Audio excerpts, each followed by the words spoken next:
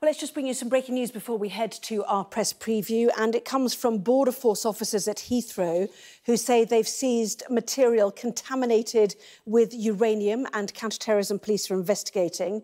Scotland Yard, in a statement, have said this: "We can confirm officers from the Met's Counter-Terrorism Command were contacted by Border Force colleagues at Heathrow after a very small amount of contaminated material was identified after routine screening within a package incoming to the UK on December the 29th, so this is a few days ago now.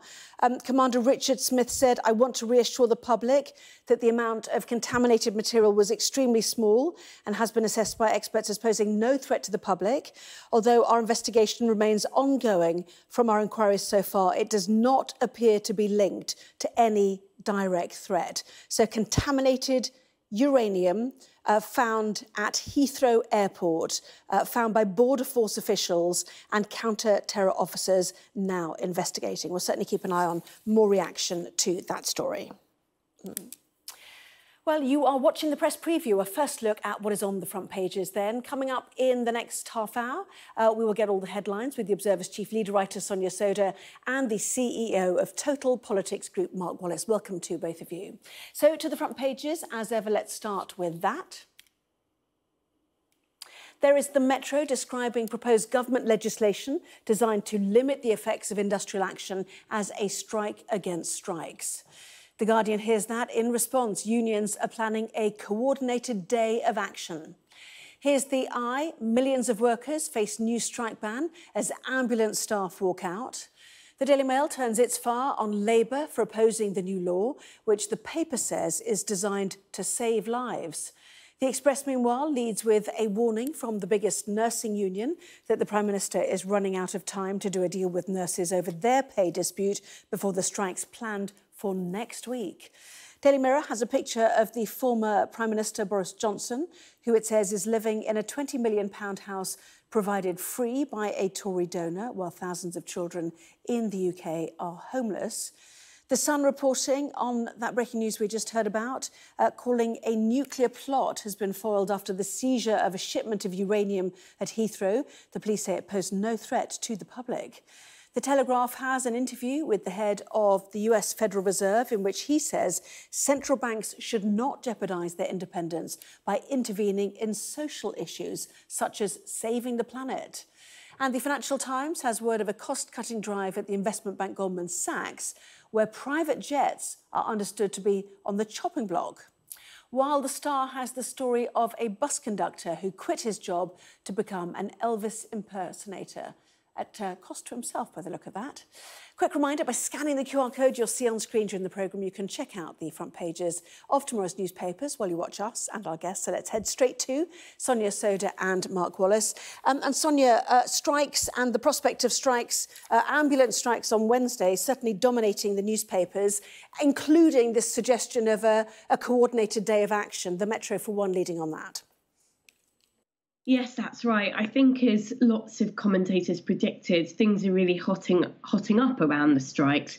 And that's because we really haven't seen the government get around the table and negotiate, which is absolutely what needs to happen, particularly to avert strikes in the NHS.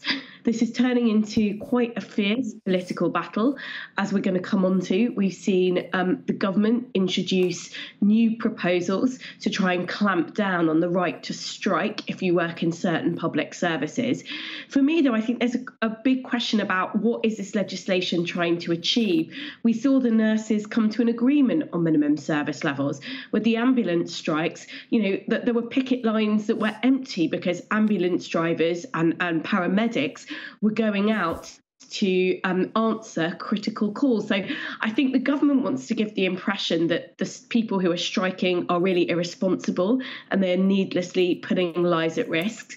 Now, obviously, if you have nurses going on strike and paramedics going on strike, there are going to be people who are seriously affected by that. But if you speak to nurses and paramedics, what they say is that they are striking because the services are unsafe, because there's been a decade of understaffing, because nurse pay has fallen by 8% on average in real terms since 2010. That's a decline of £3,000 in real terms per year for the average nurse, a huge amount that they can't afford. But also it makes recruitment and retention much more difficult.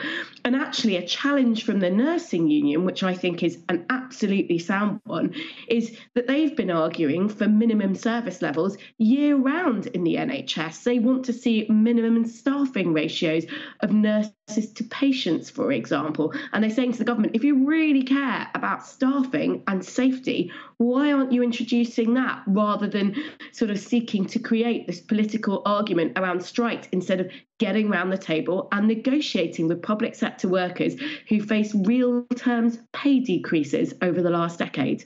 Yes, that's very interesting, isn't it? We know recruitment is so tight in very many sectors. And just on the ambulance unions, they say that the picket lines are operational picket lines and they anticipate people being pulled off.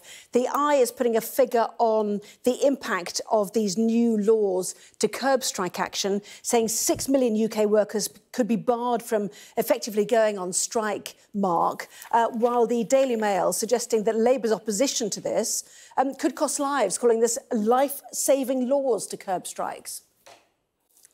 Indeed, and I think there are a number of fascinating details in the papers tomorrow on this topic. I mean, one, for example, is the fact that the government has asked, for example, ambulance unions for a national guarantee of minimum services. So they've asked them, we're talking about negotiating, they've asked them to commit to that. That, according to tomorrow's coverage, has been rejected.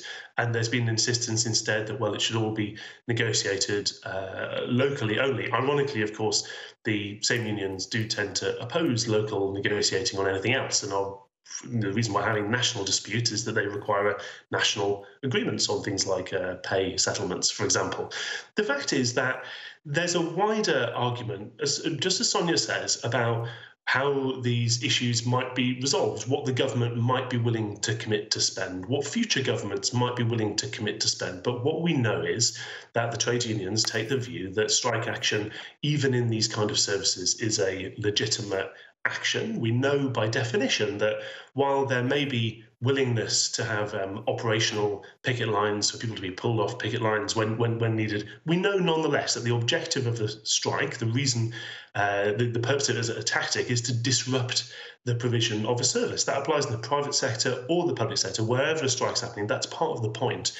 And we know that if you disrupt a service like this, it comes with risks and it is dangerous, it's damaging, unfortunately, to patients and people in need of those services. So I think a lot of people reading these headlines will think it's legitimate to say, actually, in services like this, there should be some kind of minimum guarantee. This isn't a question of banning people outright from going on strike, although in parts of the public sector, we do already do that. The police and the army are not allowed, for example, to strike at all as a point of principle.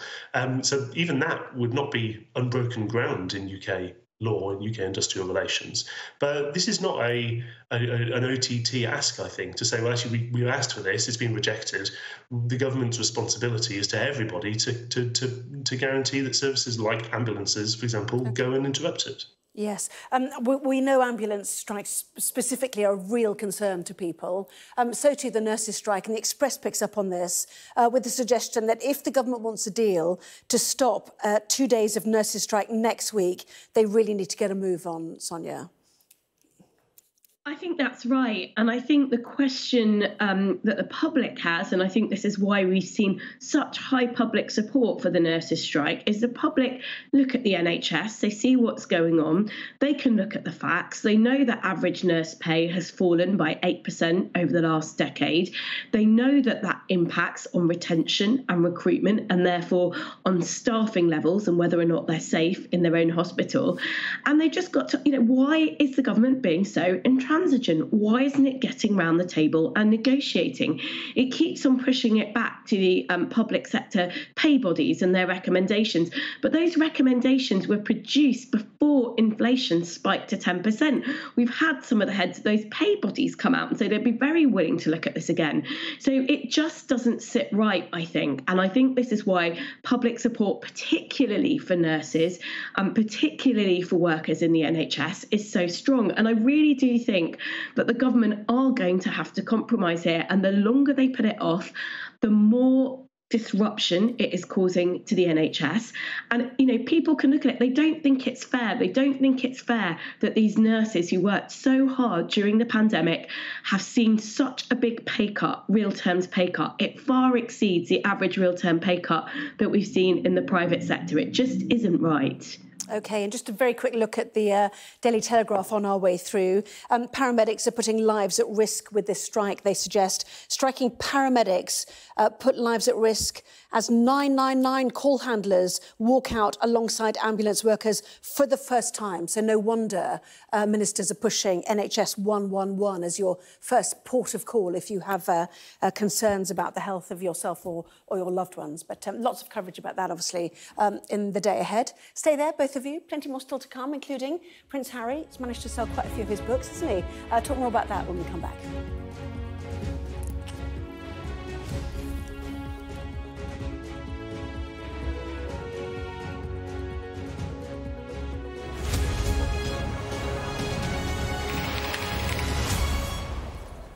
Well, welcome back. You're watching the press preview with me once again, Sonia Sodha and Mark Wallace. Welcome back to both of you.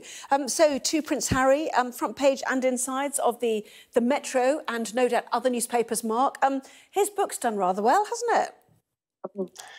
It has, hasn't it? I mean, a famous man once said, it's amazing what people will do when offered a huge amount of money.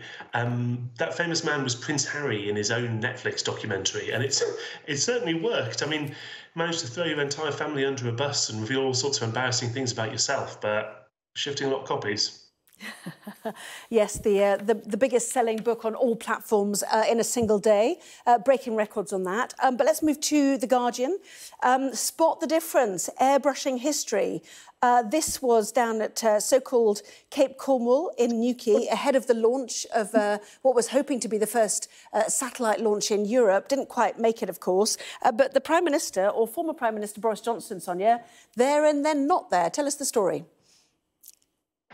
So this is a brilliant little story. So Grant Shapps, the Transport Secretary, posted a picture of himself at the spaceport ahead of the launch. It appears that it wasn't quite up to date, though, because there is an identical photo which involves Boris Johnson, but when Boris Johnson was Prime Minister, but he's been airbrushed out.